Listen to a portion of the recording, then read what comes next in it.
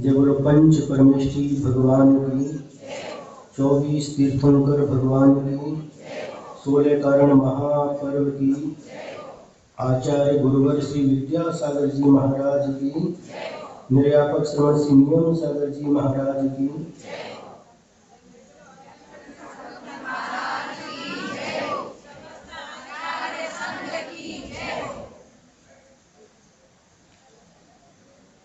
धर्म प्रेमी भव्यात्माओं, आप सभी लोग विगत 15 दिनों से इस संवत्सर में बैठ करके 16 कारण पर्व, 10 लक्षण पर्व और रत्नत्रय पर्व, इनको पूजा भक्ति इत्यादि के माध्यम से आनंद के साथ, भक्ति के साथ मना रहे हैं। आज पर्व का उपांत्य दिन है और 16 कारण भावनाओं के अंतर्गत आज जो भावना है उसका नाम है मार्ग प्रभावना।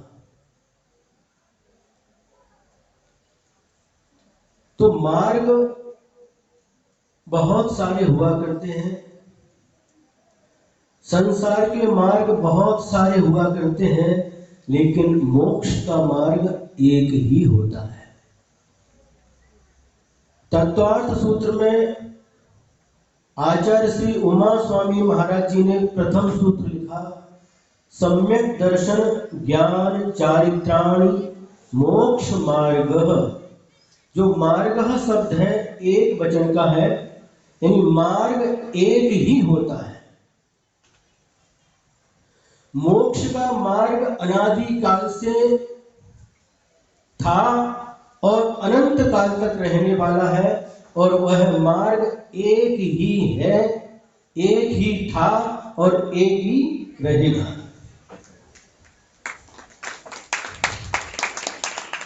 संसार के मार्ग बहुत सारे हैं,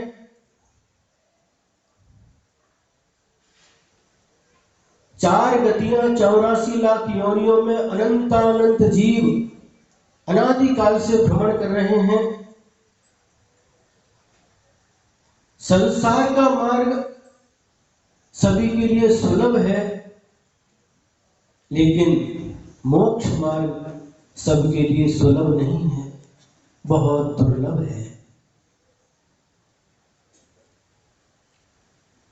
तो यहां पर जो आज प्रसंग है मार्ग प्रभावना, कौन से मार्ग की प्रभावना? संसार मार्ग की नहीं, मोक्ष मार्ग की प्रभावना। यह मोक्ष मार्ग और मोक्ष मार्गी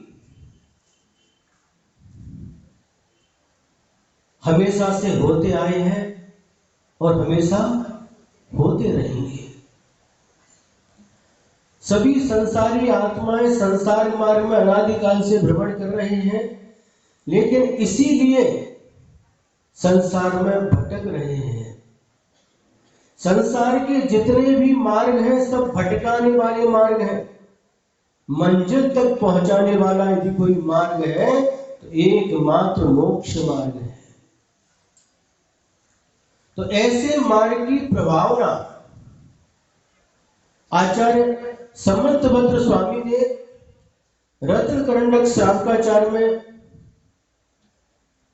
जो सम्यक दर्शन के 8 अंग होते हैं उसमें प्रभावना अंग का वर्णन करते हुए लिखा है, अज्ञान तिम्रम व्याप्ति मपाकृत्य यथा यथम जिन शासन महात्म्य प्रकाशः स्यात् प्रभावना। क्या कहा? ये संसारी प्राणी अज्ञान से घिरा हुआ है। संसारी प्राणी की आत्मा अज्ञान से व्याप्त है, और इस अज्ञान को जो दूर करता है और अज्ञान को दूर करके जिन शासन के महात्म को प्रकट करता है उसका नाम प्रभावना है। और इस मार्ग की प्रभावना के द्वारा बहुत से जो संसारी प्राणी भटके हुए हैं वह भी मोक्ष मार्ग के प्रति आकृष्ट होकर के मोक्ष मार्ग पर चलने के लिए संकल्पित हो जाते हैं। और इस मार्ग की प्रभावना तीर्थंकर भगवंतों ने कहा कि प्रत्येक सम्यक दृष्टि जीव का कर्तव्य है उसका अंग है प्रभावना करना। श्रमण हुआ करते हैं और श्रावक हुआ करते हैं। धर्म के रथ को खींचने के लिए यदि एक चक्र श्रमण है तो दूसरा चक्र श्रावक है। इन दोनों के माध्यम से ही धर्म का रथ आगे बढ़ता है। तो जो श्रमण लोग रहते हैं उनके मार्ग प्रभावना के अपने जो उपाय हैं अलग हुआ करते हैं और श्रावकों के मार्ग प्रभावना के उपाय साधन अलग हुआ करते हैं। जो साधु लोग हैं वह अपने उपदेश के माध्यम से भव्य आत्माओं के अज्ञान रूपी अंधकार को दूर करके मार्ग की प्रभावना करते हैं, तप के द्वारा मार्ग की प्रभावना करते हैं। और जो श्रावक होते हैं वह जिन पूजा के द्वारा जिनेंद्र भगवान की पूजा के द्वारा विधान के द्वारा और रथोत्सव इत्यादि जो प्रभावना के कार्य होते हैं इनके द्वारा और दान के द्वारा आहार दान शास्त्र दान औषधि दान इत्यादि के द्वारा आवास दान इत्यादि के द्वारा वह श्रावक भी मार्ग की प्रभावना करता है। और जब मार्ग की प्रभावना होती है तो जिन शासन का महात्म सबके सामने प्रकट हो जाता है कि क्या जैन धर्म है और क्या यह मोक्ष मार्ग है, यह लोग समझ जाते हैं। यह प्रवाह अनादिकाल से प्रवहमान होता हुआ यहां तक आया है। पहले चतुर्थ काल में तीर्थंकर भगवंतों ने साक्षात समुद्र में विराजमान होकर के भव्य आत्माओं के लिए धर्म का उपदेश दिया। गणधर परमेश्वरियों ने उपदेश दिया, श्रुत केवलियों ने उपदेश दिया और इस प्रकार से महान महान आचार्य इस धरती पर हुए।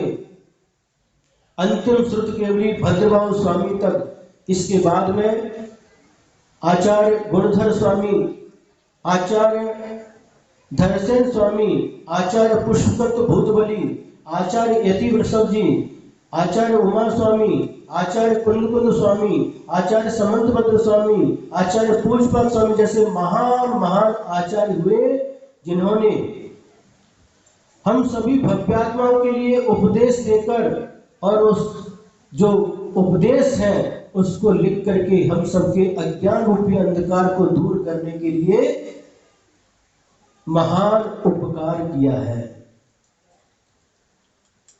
जब अपनी दीक्षा हो गई और दीक्षा होने के बाद में नेमावर में आचार्य श्री हम सबके लिए मूलाचार्य प्रदीप की क्लास लेते थे, पढ़ाते थे। तो एक दिन आचार्य श्री ने कहा कि देखो ये जितने भी पूर्वाचार्यों के नाम लिए, आचार्य भट्टकेर स्वामी और भी जितने आचार्य हुए हैं, इन सभी का हम सबके ऊपर महान उपकार है। इन सभी ने जो ग्रंथों की रचना की है, आज हम उन ग्रंथों को पढ़ करके समझ करके मोक्ष मार्ग क्या है, धर्म क्या है, तत्व क्या है, इन सबको समझ रहे हैं। ये सभी उन पूर्वाचार्यों का हम सबके ऊपर महान उपकार है। आज यदि मूलाचार्य नहीं होता तो हम किस प्रकार से इस चरणानियों का पालन करते, किस प्रकार से चर्या करते। यदि कर्णानुयोग, द्रव्यानुयोग इत्यादि प्रतिमानुयोग, ये चारों अनुयोग यदि नहीं होते तो हमें धर्म का ज्ञान किस प्रकार से होता। इसलिए प्रत्येक भव्यात्माओं का कर्तव्य है कि इन सभी पूर्वाचार्यों के प्रति क्या कृतज्ञता का भाव रखना। ये परम उपकारी हैं हम सबके लिए, साक्षात गुरु जिनके माध्यम से हमें मोक्ष मार्ग प्राप्त हुआ, वह तो परम उपकारी है ही, लेकिन पूर्वाचार्य का भी हम सबके ऊपर महान उपकार हुआ है। और हम सभी लोगों का कर्तव्य है कि मार्ग की प्रभावना के लिए हमेशा तत्पर रहना चाहिए, तन से, मन से, धन से, हमेशा जिन धर्म की प्रभावना के लिए उद्यमशील रहना चाहिए। यह प्रत्येक धर्मात्मा का कर्तव्य होता है। यह जीवन नश्वर है, धन नश्वर है, सब कुछ नश्वर है, यदि कोई शाश्वत है तो वह धर्म है। इस नश्वर शरीर के माध्यम से, इस नश्वर धन के माध्यम से हमें किस प्रकार उसका सदुपयोग करके धर्म करना चाहिए, धर्म की प्रभावना करना चाहिए, तभी इस जीवन की सार्थकता है। अन्यथा कौन क्या लेकर आया है और कौन क्या लेकर के जाएगा। सब जब जन्म हुआ तब क्या साथ में लाए थे? कुछ भी नहीं था। शरीर के ऊपर एक धागा भी नहीं था। दिगंबर अवस्था में जन्म लिया और जन्म लेने के बाद में जैसे जैसे बड़े हो गए, ये हमारा, ये हमारा, ये हमारा,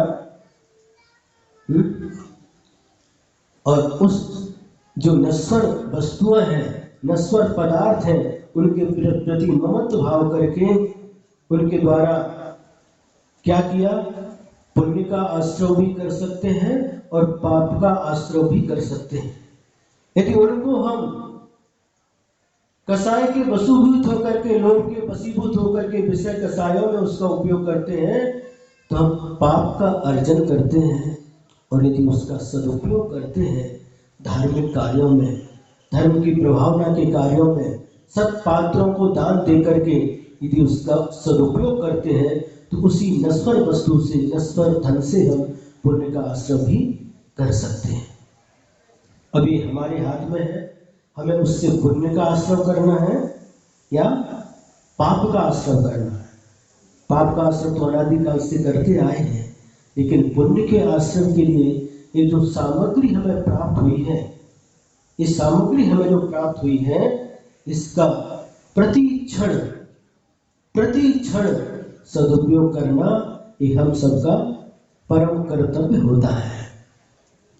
देखो, मार्ग की प्रभावना करने से बहुत धन का दान देना, यही मार्ग की प्रभावना है? इसके द्वारा भी प्रभावना होती है। अभी 4-5 दिन पहले आचार्य गुरुदेव श्री विद्यासागर जी महाराज का आहार हुआ।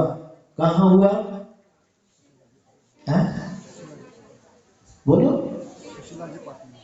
जो पाटनी परिवार जी यहाँ पर आए थे, 2 बार आ गए, 4-4 दिन रुक करके गए, तो परिवार वहां पर गया और आचार्य भगवंत का वहां पर आहार हुआ। और कितना दान? 21 कोटि 21 लक्ष, क्या बोलते आप लोग? लाख, इतना उन्होंने दान दिया। आप लोग कम से कम तारीफ जाकर के अनुमोदन तो कर सकते। जो कार्य करते हैं उनके द्वारा भी, जो करवाते हैं उनके द्वारा भी, और जो अनुमोदन करते हैं उनके द्वारा भी पुण्य का आश्रय होता है। विचार करो, दान देने की वस्तु है। आप लोग पूजा करते हैं, दान दे मन हरक विशेष है, जो पंक्ति सुनने में आती है। कैसे दान देना? हर्ष पूर्वक, आनंद के साथ दान देकर के मन में प्रसन्नता होना चाहिए, आनंद होना चाहिए कि आज हमने इस चंचल लक्ष्मी का सदुपयोग कर लिया। दान मांगने की वस्तु नहीं है, दान देने की वस्तु है। हमेशा मैं आगे, मैं आगे, मैं पहले देता हूं, मैं पहले देता हूं, मैं पहले देता हूं। इस प्रकार से जो हमारे निर्मल भावों के द्वारा यदि इस प्रकार का कार्य होता है तो जिन धर्म की प्रभावना दिन दूनी रात चौगुनी बढ़ती जाती है। और यदि हम एक दूसरे की तरफ देखते रहते हैं क्या, तो उसके द्वारा क्या होता है? हमारी प्रभावना होती है? नहीं होती। इन सभी कार्यों के द्वारा प्रत्येक भव्यात्मा का कर्तव्य है कि धर्म की प्रभावना कैसे हो। हम आपस में लड़ते झगड़ते बैठेंगे तो क्या धर्म की प्रभावना है? संसार में बहुत स्थान है जहां पर जाकर के दुनिया के सारे काम होते हैं, लड़ना झगड़ना। ये धार्मिक क्षेत्र में आकर के भी ये प्रवृत्ति नहीं छूटी तो इसकी कोई भी सार्थकता नहीं है। हमें निरंतर अपने निर्मल भावों के द्वारा, निर्मल परिणामों के द्वारा यह कार्य संपादित करना चाहिए। आज सुबह से देखने को मिला तिगडोली के 40-50 लोग आए हैं यहाँ पर? हैं यहाँ पर? क्या नहीं दिख रहे? हाथ ऊपर करो।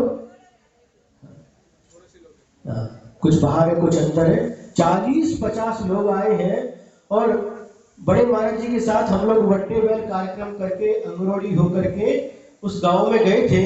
15 दिन सिर्फ रुकने का भाव था महाराज जी का, फिर आगे और गांव कवर करके बिहार करके प्रभावना करेंगे, ऐसा भाव था। लेकिन वहां जाते ही 15 दिन नहीं हो पाए और क्या लॉकडाउन चालू हो गया। लॉकडाउन बोलना नहीं आता ये सबको, अब समझ जाओ। और वहां पर लगभग 9.25 महीने तक रहना हुआ। कितने? 9.25। कितने चातुर्मास हो गए?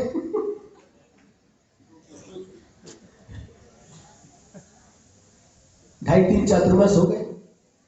और उस समय इन तिगडोली ग्राम वासियों ने जो सेवा की, जो भक्ति की, वो अद्भुत।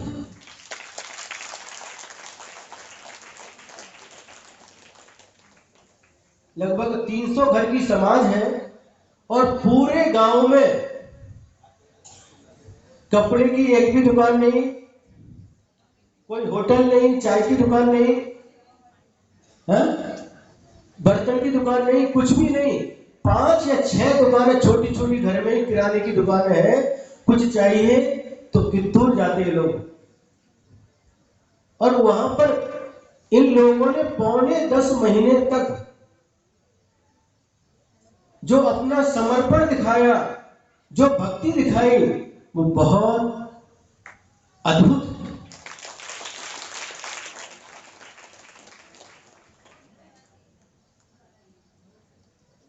यहां पर बैठे हुए हैं हित्तलकेरी परिवार है, और भी बहुत सारे परिवार आए हैं, सिरगापुर परिवार इत्यादि। तो बहुत सारे परिवार यहाँ पर आए हैं और इनकी जो भक्ति देखी, कैसी भक्ति? निश्चल भक्ति। लोग क्या करते हैं, यदि मंच पर सम्मान करो, माला पहनाओ और भी ये जो कार्य करते हैं तो उनकी भक्ति प्रकट होती है, दान के भाव आते हैं। लेकिन इन लोगों की जो भक्ति देखी, बहुत छोटा गांव है लेकिन इन सबके दिल बहुत बड़े हैं। उस कोरोना के काल में हमने देखा, कभी लोग आते थे 10-10, 15-15 लोग आते थे, तो अपने घर पे ले जाकर के उनको भोजन कराना, उनका अतिथि सत्कार करना, अद्भुत। और महाराज जी ने जो कहा, जैसे कहा, बिल्कुल हाथ जोड़ करके, जी महाराज जी। कभी ना तो इनके मुख पर देखा नहीं, और देखा ही नहीं ऐसा नहीं, जो कहा वह किया। लगभग 9.25 महीने तक वहां पर रहना हुआ। गर्मी भी हो गई, चातुर्मास भी हो गया और आधी सर्दी भी हो गई। तीनों ऋतुओं का वहां पर अनुभव हुआ। देखो साधु लोग हमेशा कहीं किसी गांव में रहते नहीं।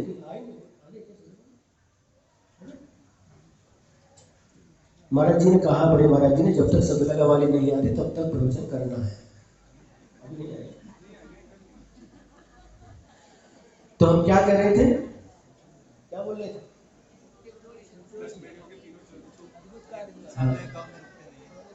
कहा साधु कभी किसी गांव में हमेशा रहते नहीं, लेकिन जो एक छाप रहती है वो हमेशा साधु के मस्तिष्क में स्थित हो जाती है। साधु क्या चाहिए? साधु को क्या चाहिए? आपकी जो भक्ति, आपका समर्पण देख करके साधु के अंदर प्रसन्नता आती है हमेशा के लिए।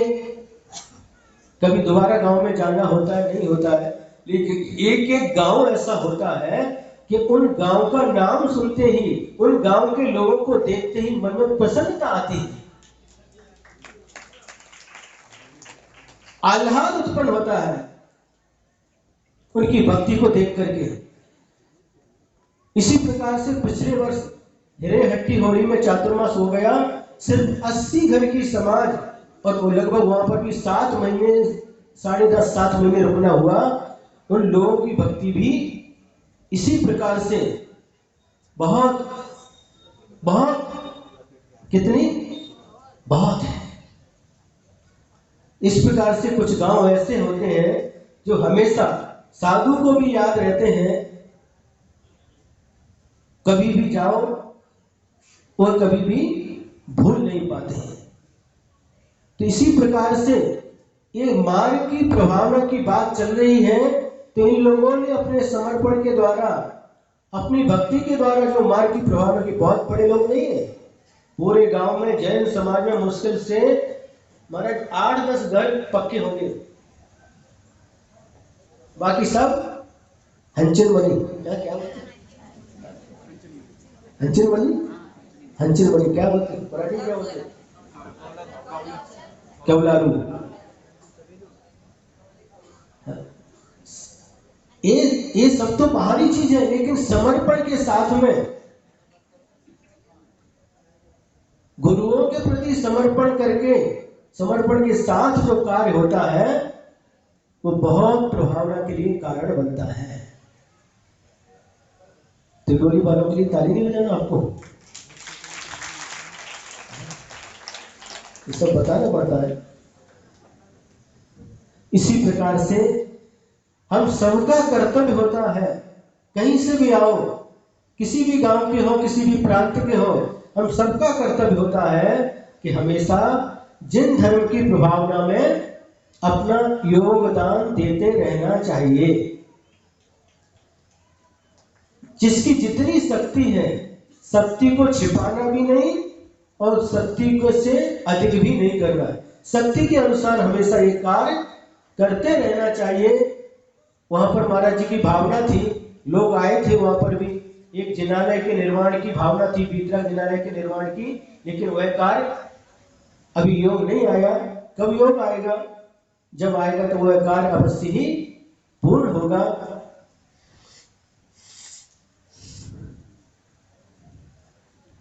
ये भक्ति का माहौल क्या, ये भक्ति का वातावरण, जिसको देख करके कैसी भक्ति करना चाहिए कि जिसको देख करके दूसरे के भाव भी भक्ति करने के हो जाए।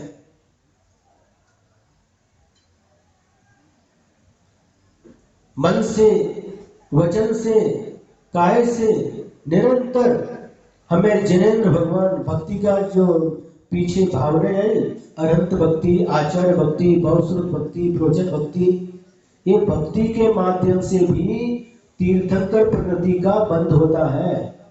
और ये सारी की सारी भक्तियां मार्ग प्रभावना के लिए भी कारण बनती हैं। आपके अंदर जो भावना है, और आपकी भावना ही आपके लिए भव का नाश करने के लिए कारण बनती है और संसार की वृद्धि के लिए भी कारण बनती है। अंतरंग के जो परिणाम हैं, वह उन परिणामों के द्वारा हम संसार का वर्धन भी करते हैं और एक परिणाम के द्वारा संसार का छेद भी करते हैं।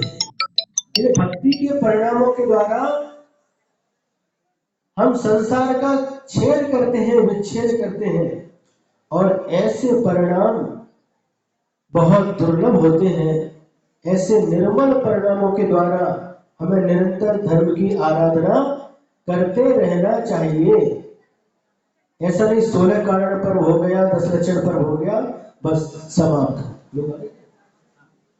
हाँ, सब लगत लोग आ चुके हैं, तो आप लोग भी अंत में आप लोगों को इतना कहना चाहिए, इसी प्रकार से एक दूसरे को देख करके हमें सीख लेना चाहिए, शिक्षा लेना चाहिए, और उनके अनुसार भक्ति करके, उनके अनुसार समर्पण करके, उनके अनुसार धर्म की प्रभावना करके अपने जीवन को सार्थक करना चाहिए। संसार में जितने प्राणी हैं उन सबका कल्याण हो, सभी मोक्ष मार्ग पर चले और सभी को मोक्ष की प्राप्ति हो। इन्हीं पवित्र भावनाओं के साथ अपनी वाणी को यही विराम देता हूँ। जय बोलो महावीर भगवान की, आचार्य गुरुवर श्री विद्यासागर जी महाराज की जय हो।